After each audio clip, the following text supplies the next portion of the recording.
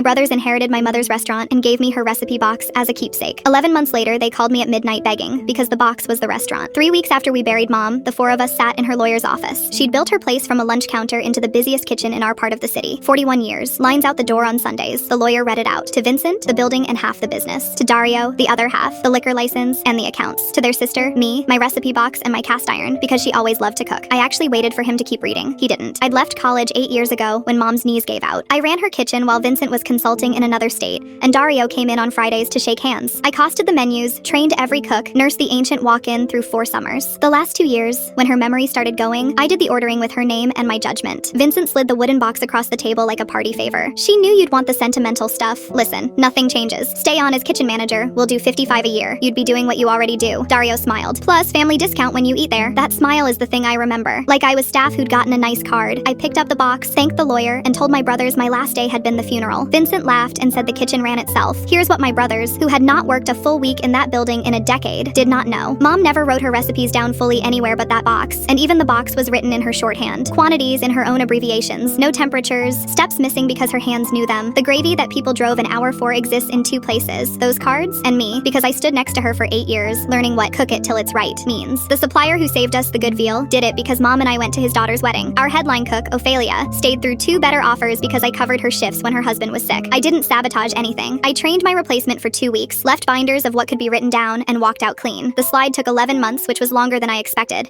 and every week of it was self-inflicted. They cut Ophelia's hours to save money. She left, and her cousins on the line went with her. They switched suppliers to a cheaper distributor. The regulars noticed in about a month because the regulars had been eating Mom's food for decades and knew its face. Vincent brought in a consultant who modernized the menu. The Sunday line stopped. You can read the whole collapse in their online reviews like tree rings. The midnight call came in October. Vincent, and for the first time in his life, he didn't open with instructions. We need the recipes, the real ones. The card for the gravy just says flour till Papa's coffee color. What does that mean, Talia? What color was his coffee? I sat on my kitchen floor and looked at the box on my counter. It means she made it 10,000 times. I said, it's not in the cards. It was never in the cards. He offered to buy the box. Then he offered me a salary with a number that would have made me cry a year earlier. Then Dario got on and threatened to sue me for withholding business property, and their own lawyer must have told him what a gift with her name on it means, because that went away fast. Then Vincent said the quiet part. Toward the end, when Mom was confused, they'd sat with her and the lawyer and simplified things. She'd wanted the business split 3 ways. They'd convinced her I'd be taken care of with the personal items. He told me this like it was an apology. It was a confession. They sold the building in the spring to a restaurant family from 2 neighborhoods over. Good people. The wife came to see me, of all things, to ask for my blessing on the name change. I did something better. I work there now 4 days a week as a partner. My money was the recipe box. Her gravy is back on the menu with my mother's name printed under it, and on Sundays there's a line. My brothers split the sale money after the debts. I hear it wasn't much. The cast iron lives on my stove. It's older than I am, and it still cooks like she's watching.